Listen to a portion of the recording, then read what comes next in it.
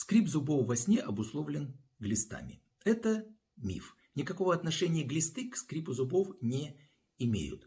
Другие причины обуславливают бруксизм, скрип зубов во сне. Хотя большинство пациентов, которые ко мне приходят на прием, говорят: доктор, мы обследованы и глистов у нас точно нет.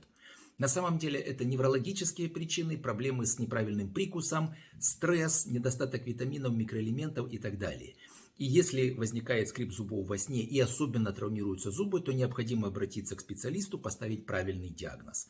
Кстати, сейчас даже если мы не выявляем четкой причины, можно эффективно лечить с помощью ботулинотерапии. Вводится соответствующий препарат в мышцы жевательные, что существенно облегчает или устраняет бруксизм на многие месяцы. В общем-то, обращайтесь к специалистам, и они вам помогут излечить бруксизм без всяких глистов. Удачи вам!